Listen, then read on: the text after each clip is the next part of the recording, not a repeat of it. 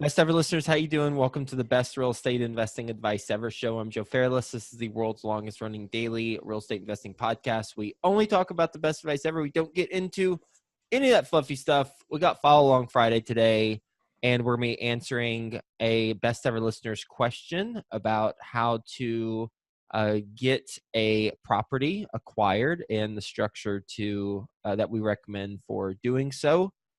And we got a couple other miscellaneous things. We got Theo Hicks with us, as always, on Follow Along Friday. Theo, let's kick it off. Before I start, people that are watching, that are listening to this won't see this, but Joe, you look like an Olympic athlete right now. A USA Olympic athlete. Colleen hates my tracksuit. This is what she calls it, a tracksuit. But I secretly think she loves it because every time she says she hates it, I wear it more often. There you go. I think it looks good. So as you mentioned, we're going to go over another listener question and kind of offer our advice on what we would do if we were in that particular situation. This week's question, it came from Denise, and I'm just going to just kind of, she has a very long and thoughtful message, so we appreciate that. I'm just going to summarize it for now. She gave her background. She's a single mother. She recently acquired her architectural degree, so congrats on that. Congratulations. She currently lives in Southern California, and she's had a little bit of issues housing-wise over the past couple of years. She said she got evicted from the place she was renting and was homeless for about a year, but has kind of figured things out and got back into a rental. Well, she didn't explain like what happened, but right now I know that she currently rents a home. But she discovered our podcast and other real estate investors and was interested in investing because she never wanted to be in that tricky financial situation ever again and be forced to not have a place to live. So she said that her goal is to buy some sort of income property, duplex or threeplex, and implement the house hacking strategy. So live in one unit, rent out the other unit. But the two trouble areas that she had that she wanted our advice on was, one, how to afford the down payment. Being in Southern California, the purchase price will probably be around $500,000. So how do you afford a down payment on that?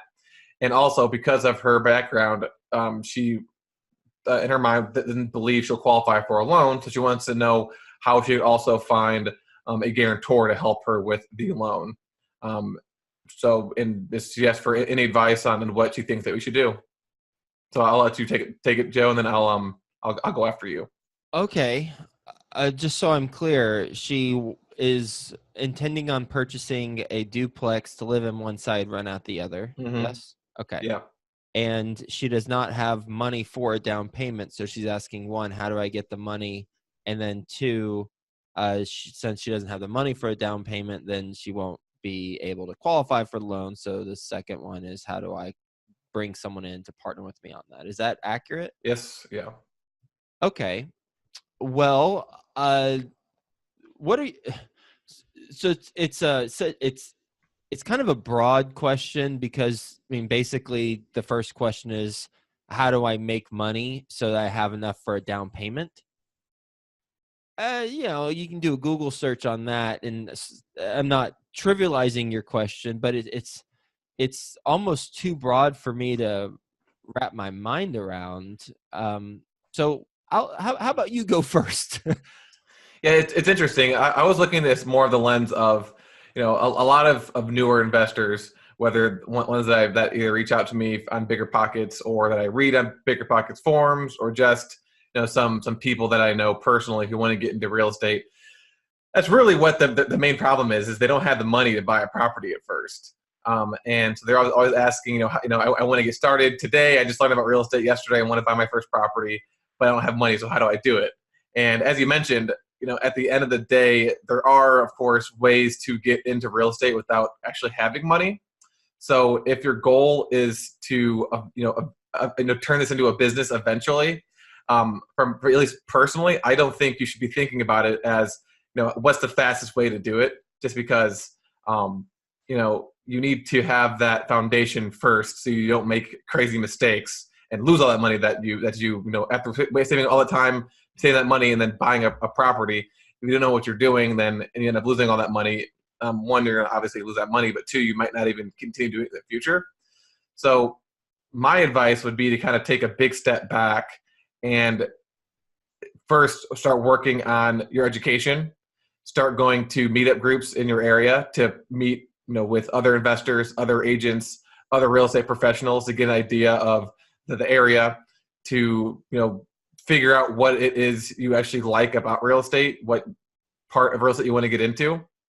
One way to make money for this down payment is to try to work with someone that you meet at this meetup group within their business, or partner up and maybe wholesale a few deals with them first, or maybe find someone to fix and flip a deal with. Again, I know this is very kind of vague, and it's not just you walk into a meetup one day and meet someone and fix and flip a property.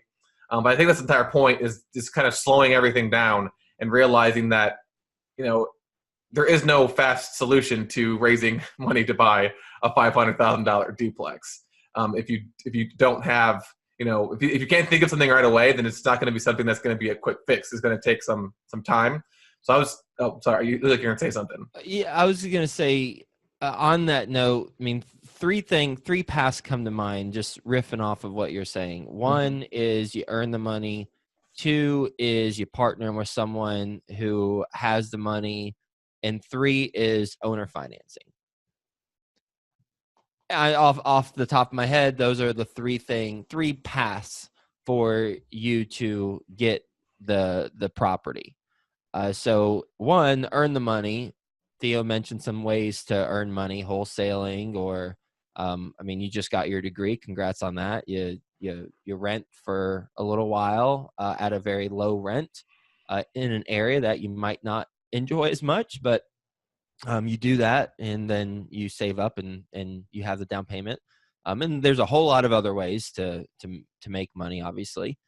Two is you joint venture with someone. The challenge with the joint venture in this scenario is, what value are you bringing to the transaction? If you don't have money and you're not signing on the loan, or can't qualify for the loan, then the value will be you finding the property that's going to be off market. Because if it's an on-market property represented by a broker, it's unlikely that that's going to be enough value for you to make substantial profit. But perhaps you talk to someone, and then you partner with them and you find the property that they're looking for, but then you're really a real estate agent. So in order to do number two, a joint venture, you're going to need to find off-market deals. And there's plenty of resources on our blog. thebesteverblog.com, right? Mm-hmm. Yeah, thebesteverblog.com. There are ways to find off-market deals there. There's a little category, I'm sure, for that. And then the third way is owner financing. It is possible for you to acquire a property with no money out of pocket. It is not likely, in my opinion, especially given you're in California, where it's a hot market. It's always a hot market in California. So, it's usually a hot market in California. So it's going to be challenging for you to get owner financing, but it is possible.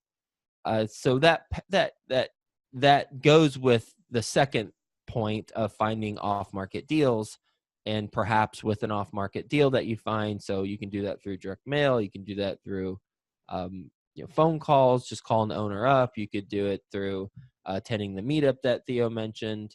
You could do it through having a local meetup that you create, and it's just a meetup with property owners in the area. Then you start conversations there. I've interviewed plenty of people who have gotten off market deals in that way. Then you increase your likelihood of getting owner financing because you're getting more deal flow. So those are the three ways that I can think of that you can get into a deal. But touching on what Theo was mentioning, perhaps it's just taking a step back and just looking at the lay of the land, and seeing, okay, where do I want to spend my time and my focus? Does it make more sense for me to put my head down? I just got my degree. I got a new job, hopefully. And in that industry, do I need to put my head down and focus on that and earn money and save? Or do I want to create a new venture like a wholesaling business or something else on the side while I'm entering into my career, which I assume you're entering into the career since you just got your degree. Yeah. So it's kind of while you were talking, I went and calculated how much money you actually need for that $500,000 duplex, assuming a 3.5% down house hack, and it's around $20,000. So if you work, in the architecture field for a year, 2 years, work on getting your credit up, get that that historical W-2 income, and just save up a fourth or third of your income, then in 2 years you could house hack yourself, not have to worry about raising the money or having somebody else sign on the loan.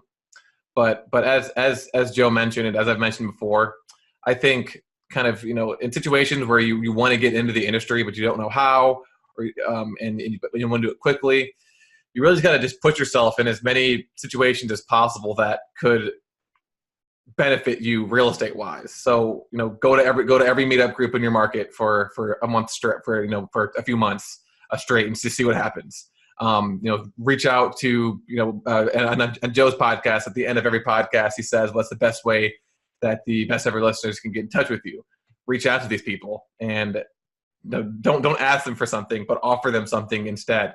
If you want to go the realtor route, get your real estate license. Maybe you meet someone there who you can partner up with. It's just kind of putting yourself in as many situations as possible to, instead of just kind of staying at home and it's just always being online, just getting yourself in front of people and just seeing what happens. I mean, maybe nothing happens at all and you just wait 2 years and buy a duplex with your own money. Or maybe in a few months you hit it off with someone who has a lot of money that is just willing to take a chance on someone. Yeah, you really never know. I mean, we just wrote that best ever influencers article about Alex Holt and Ash Patel. I guess kind of like a perfect example. He just kept putting himself out there and ended up finding a money partner. And I'm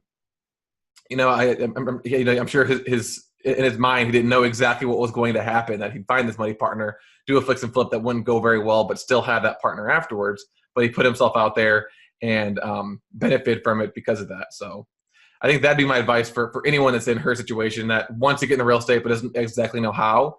It's just, every day put yourself in front of at least one new person, whether it's in person or via email. And if you do that long enough, eventually something positive is going to happen. Good stuff.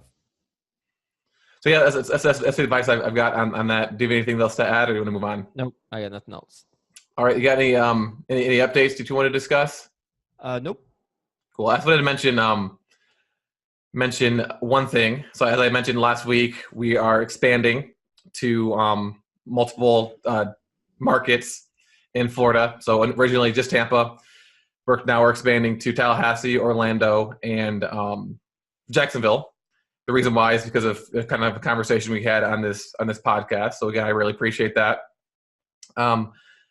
And I've got I reached out to a lender who was nice enough to send me all this market information on those. So we're kind of going through that right now. And now it's just looking at 4 times more deals. Actually more than that, because Tampa has been a little dry lately. And just having my underwriters go through those deals. And I did actually, I think you think this is funny. I did get lunch with a broker, and it was a broker, and then a commercial broker, and then they're like the lender for that company. Yeah. And we were just kind of talking, and I mentioned you and Ashcroft, and the guy's like, Ashcroft, that sounds so familiar. He's like, I think I just talked to someone from Ashcroft recently. And he pulled up his email, and sure enough, he talked to your acquisition manager, Scott. Yeah. I was like, oh yeah, I know Scott. Yeah. I thought that was pretty funny. Super small world. We're everywhere, Theo. I know. You are. So yeah, so that's what I just mentioned. That I thought that was interesting. But yeah, beside here grinding still, looking for that first deal, and we're definitely increasing our chances by looking at more markets for sure. What happened to the Jacksonville one? Too big. It's 440 units. Got it. Cool. But it was a little bit. It was more of a class A property. It was a little bit too nice for us. The price per unit to purchase it, as well as the price per unit to upgrade it, was just a little bit above what we'd want to do. And we're looking more for that B, C-ish type of property that we kind of put in under 10 grand into. Yeah. We don't want to do the nice luxury granite stuff just yet, but obviously eventually that'd be great. Yep. Cool. All right, moving on to the trivia question. I don't know why I'm always so excited about this one, about the trivia section. I did a ton of research on this question this week. I think it's kind of interesting. But first, last week's question. So last week was the question that in 2010, Apple purchased 1 acre of land from an elderly couple in North Carolina to build a data server. That elderly couple bought their land for $6 grand in 34 years prior, so like in the 1970s. And the question was, how much did Apple pay for that land? And I said within $100,000. And the answer was $1.7 million. So that's almost, I think maybe almost 100 or 1,000 times more than what they paid for it originally. So good for them. Good for them. I'm sure somehow it worked out financially for Apple too. Seriously. I do know in Cincinnati, I remember they built an apartment on a side of one street, and they were buying houses for 4 or 5 times as much as they were actually worth. But this is who's they? Whoever the developer was that developed the apartment building. Oh, the apartment developer was doing that. Okay. Yeah. I was talking about Apple. And I think like one guy held out, didn't want to sell, and eventually the government stepped in, and he didn't make as much money as he would have if he just sold. That should have been a trivia question, but that's too specific. Yeah. But this week's question is going to be, so in 1929, it was announced that they were increasing the height of the Empire State Building from 1,050 feet to 1,250 feet via that needle that's at the top of the Empire State Building right now. Sure. So the question is, what was the original purpose of that needle on top of the Empire State Building? Oh, I don't think there was a purpose. I just think they did it to be at the tallest building, because I'm sure they're trying to beat another building. So they just wanted the needle there to have bragging rights. That's my guess. Okay. So submit your answer to either info@joefairless.com or you comment on the YouTube video with your answer. And the winner will receive a copy of the Best Real Estate Investing Advice Ever book that we wrote. Volume 1, right? Yep. And it's the first person to get the answer correct. Cool. All right, moving on. So today is recording on Thursday. This will be live on Friday. A week from when this goes live is the Best Ever Conference. So that is in Denver next week. And I wanted to ask you, Joe, since obviously you're putting the conference on, you're going to be a speaker. Do you want to give us kind of a little sneak peek on what you're going to be talking about in your keynote? Yeah, sure. I am actually finalizing it now. It's on my desktop. I'm going to be talking about lessons learned after acquiring $500 million worth of apartment communities. And they're applicable to apartment investors, but then also entrepreneurs and real estate investors and even business people.